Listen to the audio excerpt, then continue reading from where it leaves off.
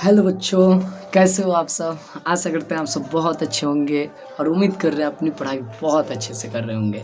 आज की इस क्लास में हम क्लास 12th के मैथमेटिक्स चैप्टर नंबर 2 को सारे कॉन्सेप्ट को आज क्लियर करने वाले हैं और समझने वाले हैं। तो चलिए देरी ना करते हैं और सब चीज़ को समझते हैं, बहुत अच्छे से समझते हैं, है ना।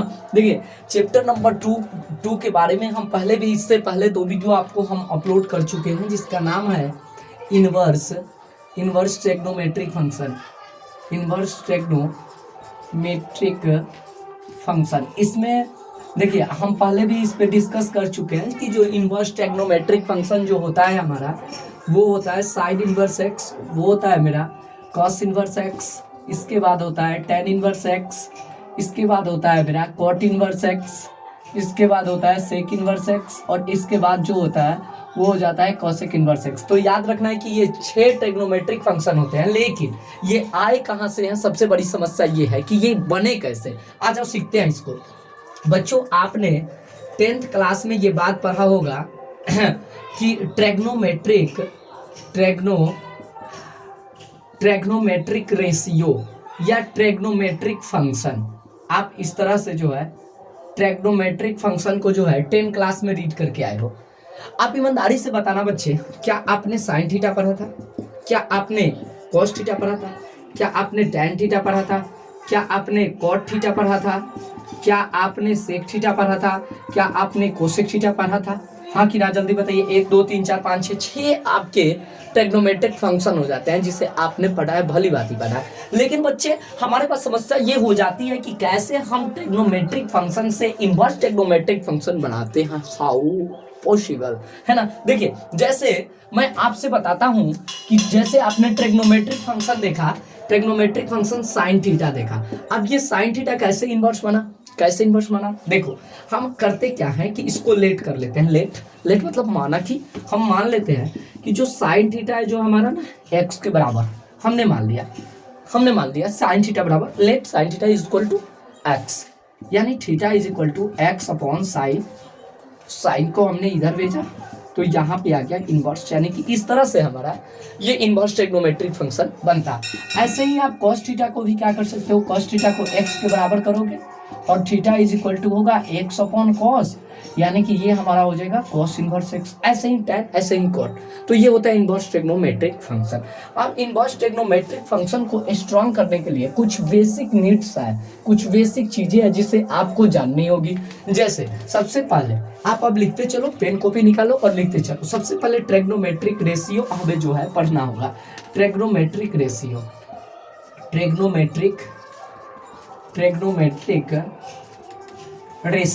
तो बच्चों ये ट्रिग्नोमेट्रिक रेशियो क्या होता है इसे हम लोग समझेंगे। इसमें हमने पढ़ा था sine theta is equal to P बटा H, cos theta is equal to B बटा H, tan theta is equal to P बटा B, cot theta is equal to B बटा P, sec theta is equal to H बटा के B, और cosec theta is equal to H बटा के P.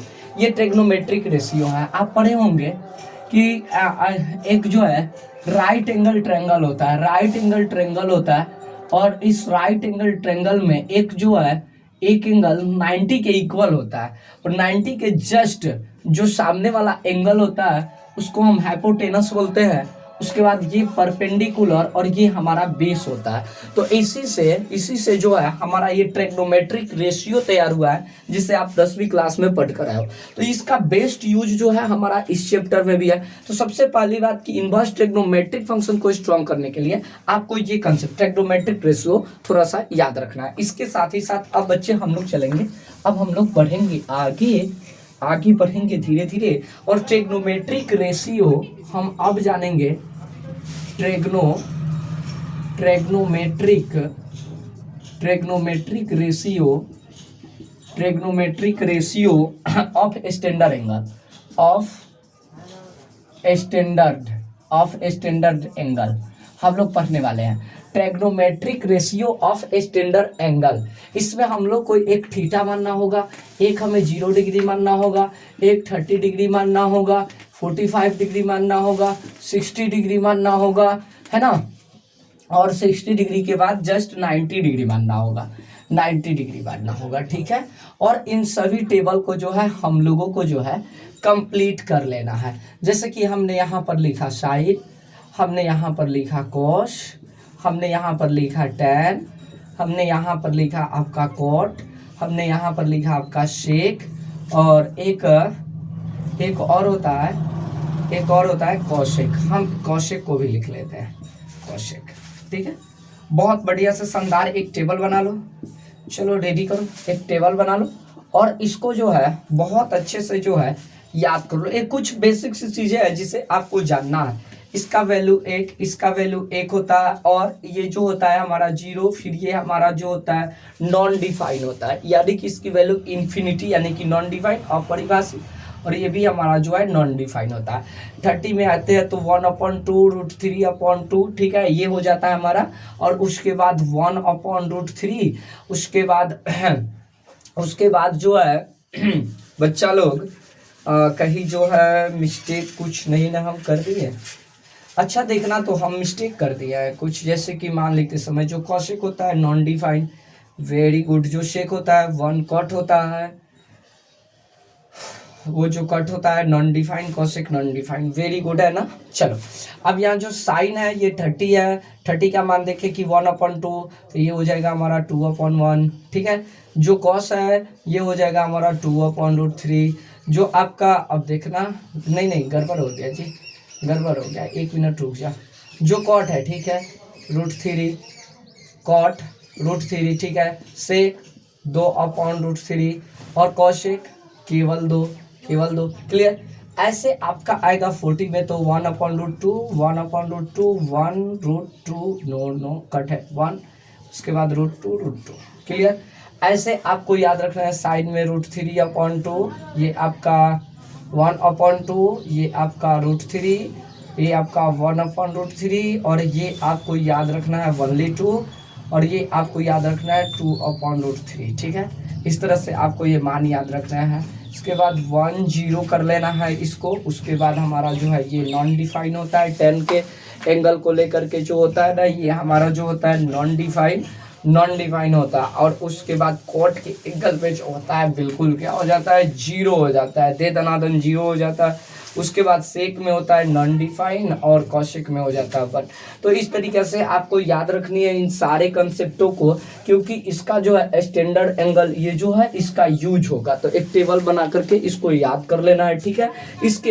इसके बाद और भी कुछ जो है, कुछ और है, उसकी चीज़ों को हम देखना चाहेंगे और बनाना चाहेंगे। तीसरा चीज़ है, इस चैप्टर को स्ट्रॉन्ग करने के लिए जो तीसरा चीज़ है वो क्या है, उसे मैं आपको बताना चाहूँगा, ट्रिग्नोमेट्रिक आइडेंटिटीज, ठीक है।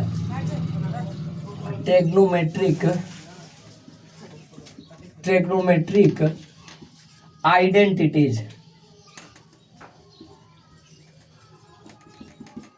आइडेंटिटीज क्या जिसका यूज हम इस चैप्टर में करेंगे। वैसे तो होते तो बहुत है, लेकिन हम जिनका यूज करेंगे हम केवल उसी को देखेंगे। जैसे आप sine square theta plus cos square theta is equal to 1, इसके साथ साथ 1 प्लस आपका होता है टेन स्क्वायर थीटा, और ये किस में चला जाता है जी, cos square, sorry sec square theta में जो है कन्वर्ट हो जाता है। इसके बाद जो है 1 प्लस जो होता है आपका कॉट स्क्वायर थीटा, ये क्या होता है जी, कोसेक स्क्वायर थीटा। तो ये 3 जो है ट्रिग्नोमेट्रिक आइडेंटिटीज को याद रखना है इस चैप्टर के लिए, जो कि आपका बेस्ट होगा, मोस्ट इंपोर्टेंट होगा, समझना होगा, ठीक है। अब हम लोग आगे बढ़ेंगे और इनवर्स ट्रिग्नोमेट्रिक फंक्शन को जान चुके हैं। अब हम इसका डोमेन और रेंज जानेंगे कि जो इसका डोमेन होता है, जो इसका रेंज होता है ना, वो क्या होता है, और कैसे हम इसका प्रिंसिपल वैल्यू जो है ज्ञात करेंगे, ठीक है। अब समझिएगा बच्चा लोग। अब हम जो है ना इसके बाद हम लोग जानेंगे डोमेन एंड रेंज जानेंगे। Domain and range of inverse trigonometric function.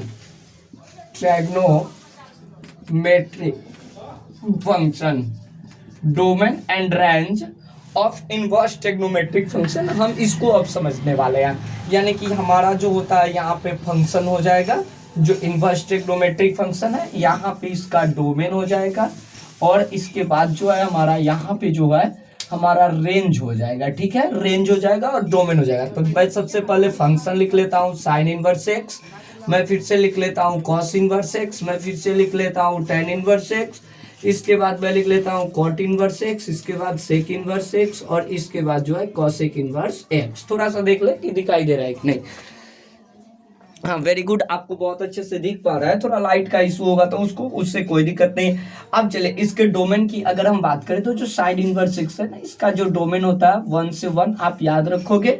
ठीक है, इसके बाद जो कॉस इनवर्स होता है इसको भी हम याद रखेंगे कि -1 और 1, इसका डोमेन हम याद रखेंगे। ठीक है, और उसके बाद जो tan का होता है वो रियल नंबर, इसका भी हमारा कॉट का भी हो जाता है रियल नंबर, और इसके बाद ये जो सेक होता है रियल नंबर टू -1 और 1, ये आप याद रखिएगा, और इसका भी रियल नंबर टू -1 और 1, इसका ये डोमेन आपको याद रखना है। रेंज की बात करें तो रेंज में आप याद रखोगे -π/2 से π/2 के बीच में इसका रेंज होता है। अगर कॉस की बात करें तो 0 से पाई के बीच में रेंज होगा। ठीक है, कॉस की बात करें तो 0 से पाई के बीच में रेंज होगा इसका। tan की बात करें तो -π/2 से π/2 के बीच में इसका रेंज होगा। ठीक है बच्चा लोग, अब कैसे मैंने, अब देखो इसको टेबल को आपको तो नोट करना होगा, तभी जा करके आप जो है बिल्कुल जो है इसको क्या कर पाओगे, समझ पाओगे। अब देखो tan का हो गया ना, देखना जो tan का -π/2 होता है उसके बाद 0, हाँ 0 से पाई के बीच, थोड़ा सा इसको ऐसे समझेंगे, ऐसे क्या होगा कि समझ में आएगा। ठीक है, ऐसे क्या होगा कि समझ में आएगा कि साइन का एक डोमेन है और साइन का एक रेंज है। ठीक है, और जो आप देखना ये आप देखना यहाँ पे इसका जो होता है वो 0 और पाई होता है, रेंज 0 से पाई के बीच में इसका जो है रेंज हो जाता है आपका कॉट का। ठीक है, सेक का भी जो होता है ना 0 और पाई, ठीक है याद रखिएगा, सेक का भी 0 और पाई हो जाता है। साथ ही साथ जैसे कॉसेक में बढ़ोगे ना तो -π/2 से π/2 इसका रेंज हो जाता है। तो बच्चों आपने इनवर्स ट्रिग्नोमेट्रिक फंक्शन को देखा, इसका डोमेन देखा और इसका रेंज देखा, जिसका बहुत ज्यादा यूज चैप्टर में हम लोग करेंगे, और किस तरह से प्रिंसिपल वैल्यू को हम लोग फाइंड करेंगे और किस तरह से ऑब्जेक्टिव क्वेश्चन आपसे पूछे जाएंगे, उन सारी चीजों का जो है हम इस पर डिस्कस करने वाले हैं। साथ ही साथ बच्चा लोग हम जो है ना, हम इसके बाद जो है बच्चा लोग अगले कंसेप्ट की ओर बढ़ेंगे और कुछ इंपॉर्टेंट चीजों को देखेंगे, जैसे find the principal value of inverse trigonometric function. जो भी इनवर्स ट्रिग्नोमेट्रिक फंक्शन है उसका किस तरह से हम प्रिंसिपल वैल्यू निकालेंगे, इस पर जो है ना डिस्कस हम लोग करने जा रहे हैं। तो आप लोग लिखिएगा find the principal value of inverse trigonometric function. ठीक है, हमारा क्वेश्चन होगा find the principal value, find the principal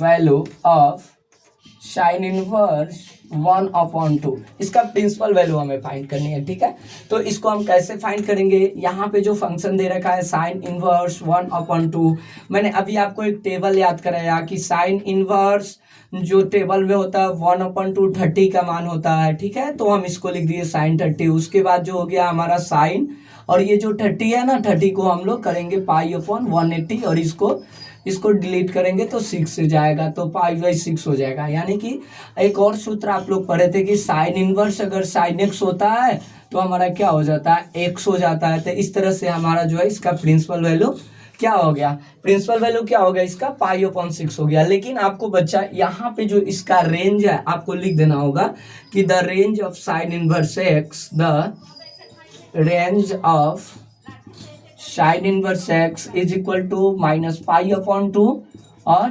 π/2। आपको ये रेंज इसको जो है लिख देना होगा। इससे क्या होगा कि एग्जामिनर को ये पता चल जाएगा कि बच्चे जो है बहुत अच्छे से रेंज को देखते हुए जो है ना इसका प्रिंसिपल वैल्यू को क्या किया है, फाइंड किया है। ठीक है, अब कर देना, इसलिए sine inverse sine π/6 is equal to π/6, ये इसका आंसर हो जाएगा।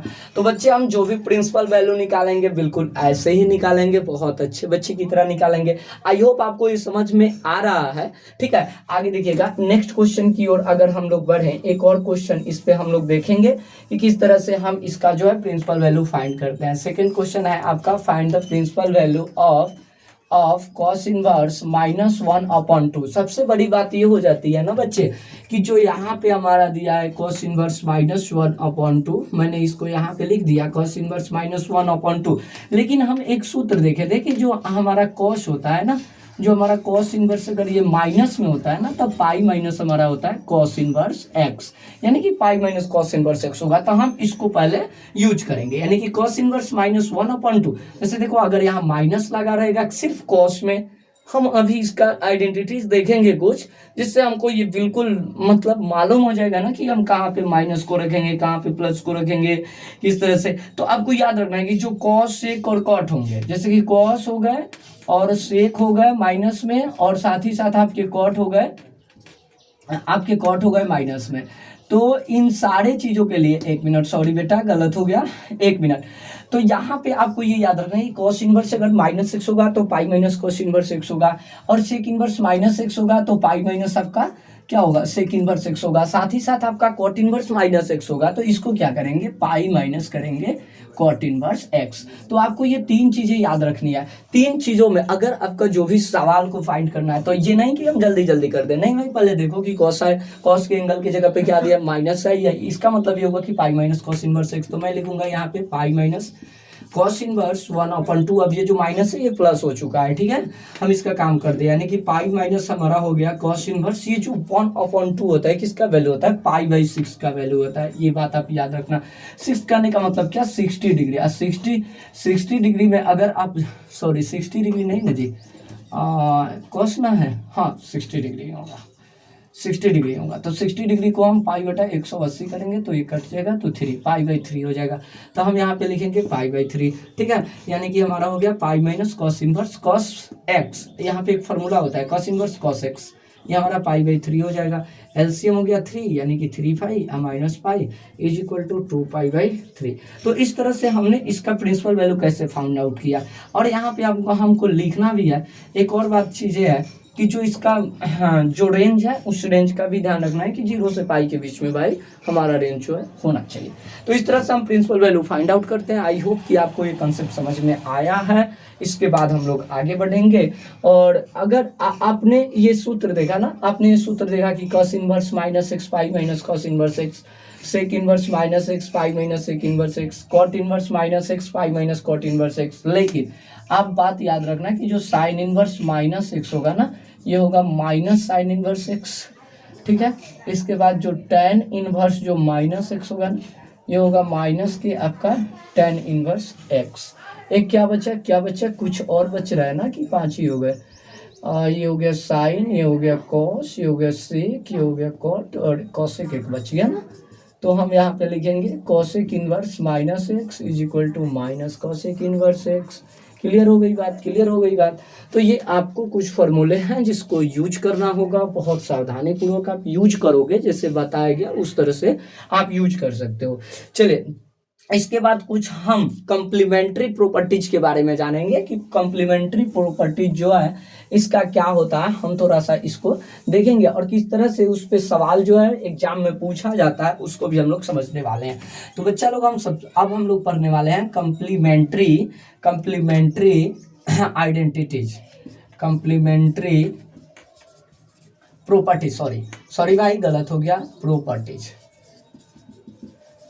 तो कॉम्प्लीमेंट्री प्रॉपर्टीज की हम लोग बात करने जा रहे हैं। सभी बच्चे थोड़ा सावधान होकर सुनिएगा कि अगर मेरा यहाँ पे साइन इनवर्स x और प्लस करके हमारा कॉस इनवर्स x होगा तो ये पाई/2 के जो है इक्वल होगा, है ना। साइन इनवर्स x और कॉस इनवर्स x किसके इक्वल हो जाते हैं, पाई/2 के इक्वल हो जाते हैं। साथ ही साथ बच्चे आपको याद रखना है कि जो हमारा tan इनवर्स x और हमारा कॉट इनवर्स x होगा ये भी हमारा पाई/2 के जो है इक्वल हो जाते हैं। इसके बाद आपको याद रखना है कि जो सेक इनवर्स x होंगे और जो हमारे कॉसेक इनवर्स x होंगे ये भी हमारे पाई/2 के इक्वल हो जाएंगे, ठीक है। तो बच्चा एक बात हमें आपसे जाननी है कि अगर ये साइन इनवर्स x और कॉस इनवर्स x पाई/2 होता है तो क्या बच्चे हम इसको लिख सकते हैं cos inverse x is equal to पाई/2 माइनस साइन इनवर्स x, लिख सकते हैं ना बच्चे। कुछ क्वेश्चंस ऐसे होंगे जिनमें हमें इसका सावधानी से प्रयोग जो है करना पड़ेगा। तो cos inverse x π/2 minus sine inverse x हो गया। तो इसी तरह से बच्चा जैसे हमने cos को निकाला साइन को इस तरफ भेजकर तो माइनस हो गया, इसी तरह हम साइन को भी तो कर सकते हैं ना, बोलिए कर सकते हैं कि नहीं। Sine inverse x is equal to π/2 और माइनस कर देंगे, इधर चला जाएगा तो हमारा हो जाएगा cos इनवर्स x। हम कर सकते हैं कि नहीं कर सकते हैं। तो आपको ये बात जो है बिल्कुल सावधानी पूर्वक आपको ध्यान में रखनी है, क्योंकि इससे क्वेश्चन जो आपके पेपर में पूछे जा सकते हैं। तो इस तरह से आपको ये फार्मूला जो है देखना है, ठीक है। आई होप आपको इतना सारी चीजें समझ में आ गई है। इसके बाद कुछ हम लोग और इसके प्रॉपर्टीज की चर्चा करेंगे, जैसे क्या क्या इसकी प्रॉपर्टीज है इन्वर्स ट्रिग्नोमेट्रिक फंक्शन की। जैसे हम एक नंबर बात करने वाले हैं sine inverse 1/x is equal to होता है हमारा कोसिक इनवर्स x। आपको ये बातें जो है याद रखनी है। और अगर आपका भाई साहब कोसिक इनवर्स 1/x रहता है तो इसको हम लोग साइन इनवर्स x जो है मानेंगे और उसी के अकॉर्डिंग हम लोग सवाल को जो है अच्छे से बनाएंगे। साथ ही साथ बच्चा लोग हमारा कोसिक इनवर्स 1/x होता है तो इसको हम मानते हैं सेक इनवर्स x। और अगर हमारा सेक इनवर्स 1/x होता है तो इसको हम लोग मानते हैं कॉस इनवर्स x। ये बातें आपको याद रखनी है। tan के एंगल में भी ऐसे ही आपको याद रखना है कि tan inverse 1/x is equal to हमारा होता है cot इनवर्स x। और साथ ही साथ आप इसके विपरीत cot inverse 1/x is equal to हमारा होता है tan inverse x। I hope आपको ये सूत्र जो है बहुत अच्छे से समझ में आ रहे हैं और इसको बहुत अच्छे से नोट्स बनाना है और उसको देखना है, बहुत बढ़िया से उसको केयरफुली रीड करना है, ठीक है। साथ ही साथ इसके और प्रॉपर्टीज की हम बात करना चाहेंगे तो आपको याद रखना है कि जो tan इनवर्स x और प्लस आपका tan इनवर्स y होता है ये इक्वल होता है tan inverse x plus y upon 1 minus x y. थोड़ा हम देखना चाहेंगे कि बोर्ड पे दिख पा रहा है कि नहीं। हाँ वेरी गुड, दिख पा रहा है, बहुत अच्छे से समझ रहे हैं, है ना। 8 number tan inverse x minus अगर रहता है tan इनवर्स y तो हम करते क्या है, यही हमारा फॉर्मूला होता है, केवल माइनस हो जाता है इस प्लस के स्थान पे और 1 प्लस हमारा हो जाता है xy।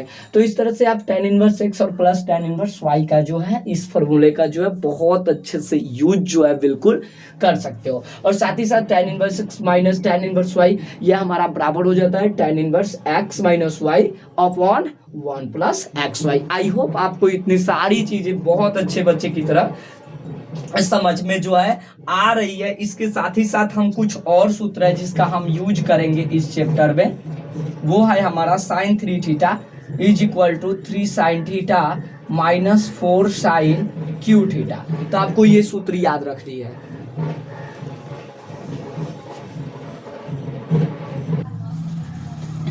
इसके बाद आपको याद रखना है कि जो cos 3 थीटा होता है ना, cos 3 थीटा ये किसके बराबर होता है, ये मैं फॉर्मूला लिख देता हूँ 4 cos Q theta, 4 cos Q theta minus 3 cos theta के बराबर होता है।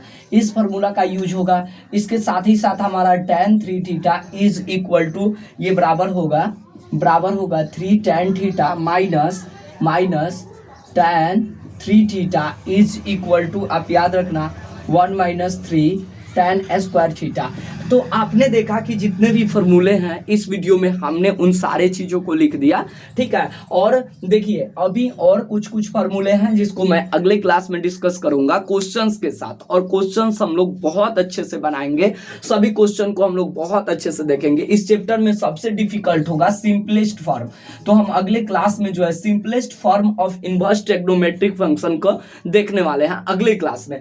तो इन सभी फॉर्मूलों को आप लोग देखना, याद करना, क्योंकि आपके पूरे बुक जो चैप्टर 2 है सारे फॉर्मूला इसमें हमने ऐड कर दिया है। अभी कुछ और फॉर्मूला है जिसका यूज हमें करना है, जैसे 2 tan inverse x 2 sign inverse x। तो इन सभी चीजों को हम अगले वीडियो में डिस्कस करेंगे और क्वेश्चंस आंसर को भी हम लोग करेंगे। Simplest form of inverse trigonometric function को भी अगले वीडियो में हम लोग देखने वाले हैं। तो जल्दी से प्यारे बच्चों आप इसका प्यारा सा नोट्स बना लो और वीडियो को बहुत अच्छे से ध्यान पूर्वक देखो, समझो, ठीक है। और साथ ही साथ हम लोग अगले क्लास में पूरे एक्सरसाइज करेंगे, केवल सवाल बनाएंगे, ठीक है।